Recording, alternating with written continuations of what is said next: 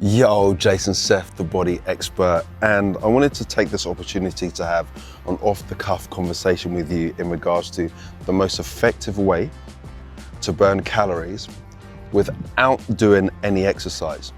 Now, this only works if your calories are already set to a deficit and your macros are on point. What does that mean? You know exactly how much protein, fats, and carbs you need to consume, and how many calories you need to be in a deficit. If these things are on point, then this works.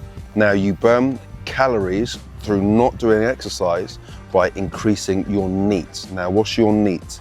Your NEAT is your non-exercise activity thermogenesis. What does that even mean? That simply means, in layman's terms, just moving more. So say, for example, you have somewhere where you need to go.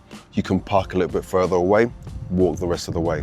Again, if you have an option to use an elevator or some stairs, you're going to use the stairs. Again, that's going to increase your NEAT. Now, these are simple things that you can do that aren't particularly demanding. You can do them with a friend, which makes it a little bit more interesting, so you can go for walks with friends. You can also work while you're walking as well.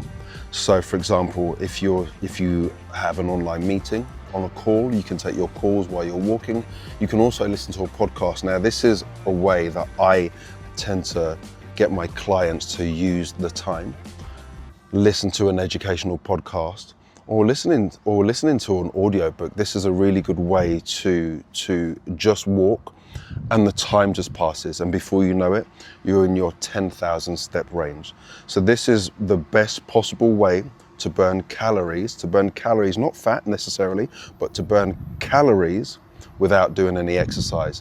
Now, if you wanted to push that envelope a little bit more, it would be a question of working in your zone 2. Now, how do you know if you're in your zone 2 if you don't have a heart rate monitor watch? Well, a good way to gauge whether you're in your zone 2 is when you're walking, if the intensity is high enough, if you're trying to have a conversation with somebody, these sentences are really broken up.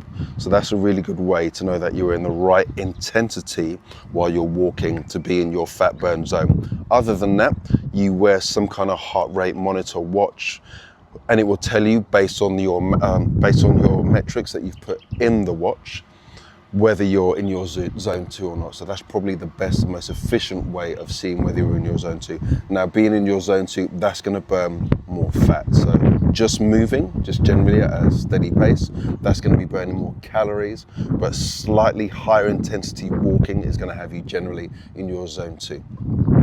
I hope that's educational.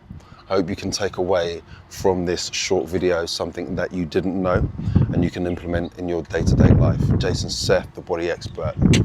Peace.